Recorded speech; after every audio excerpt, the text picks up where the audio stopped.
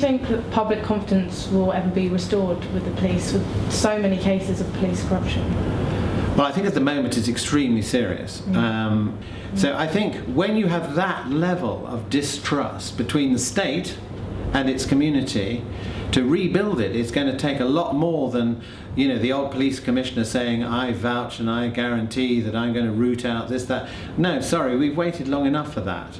And I think the Leveson inquiry, which showed the extent of collusion between the political class, the police class, and the media class, if you like, those three, that layer, is extremely disturbing, and I think it exposed it in public for the first time when it had been denied for so long. You speak of Stephen Lawrence. What was it like representing families? Well, they represent, actually, in a sense, a lot of other families I represented. In other words, I think the changes that are brought about in our society are not brought about by politicians at the end of the day who are mostly only interested in power, and many of them corrupted by power.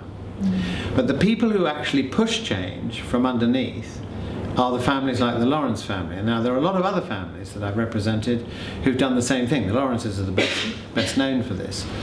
And it's been an inspiration for me to work alongside people who have been committed, who've never given up, right to this day, who've actually brought about a form of accountability. Every year Doreen is constantly asking questions about how many of the Macpherson recommendations that came out of the inquiry into her son's murder have been implemented. She's doing that for all of us.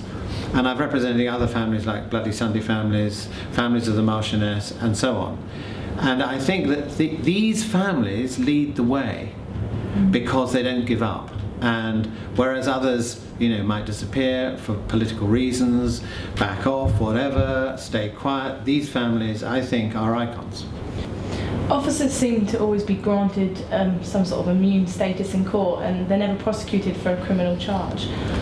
Well, for instance, it would be, you know, an exaggeration to say they're never prosecuted, police officers, but they are less prosecuted than other people, even though, for example, in inquests you get unlawful killing verdicts, which are undoubtedly a reflection on the police, and there are very, very few prosecutions in the wake of an unlawful killing verdict. And so, yes, you're right, there is a form of unspoken immunity that the police enjoy, but they're not the only organisation that enjoy it, because of the security services and others in government employment. But they're an unspoken immunity, yes, and I think that culture of immunity has to change.